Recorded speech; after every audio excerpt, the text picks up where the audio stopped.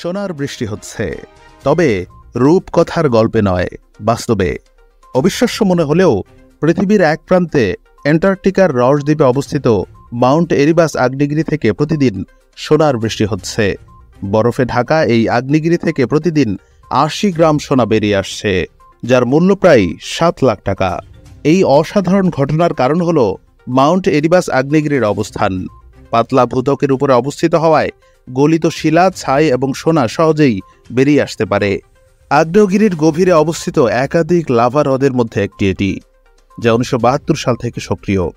Mount এরিবাস আগ্নেয়গিরি আবিষ্কার করা হয়েছিল ১৮৪১ সালে। এটি অ্যান্টার্কটিকার ৯টি সক্রিয় আগ্নেয়গিরির মধ্যে অন্যতম এবং এর উচ্চতা প্রায় ৩৭৯৪ মিটার। দুঃখজনকভাবে তীব্র ঠান্ডা এবং ঝুঁকিপূর্ণ পরিবেশের কারণে বিজ্ঞানীরা সরাসরি আগ্নেয়গিরির কাছে যেতে পারছেন না।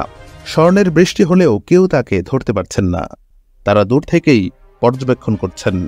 ১৯৭৯ সালের ২৮ নভেম্বর মাউন্ট এরিবাসের কাছে এয়ার নিউজিল্যান্ডের একটি বিমান দুর্ঘটনায় পড়েছিল, যাতে বিমানের ২৫৭ জন আরোহী নিহত হয়েছিলেন। এই আশ্চর্যজনক প্রাকৃতিক ঘটনা আমাদের গ্রহের ভূতাত্ত্বিক বিস্ময় এবং প্রাকৃতিক সম্পদের বৈচিত্র্য সম্পর্কে আমাদের ধারণাকে আরও সমৃদ্ধ করে।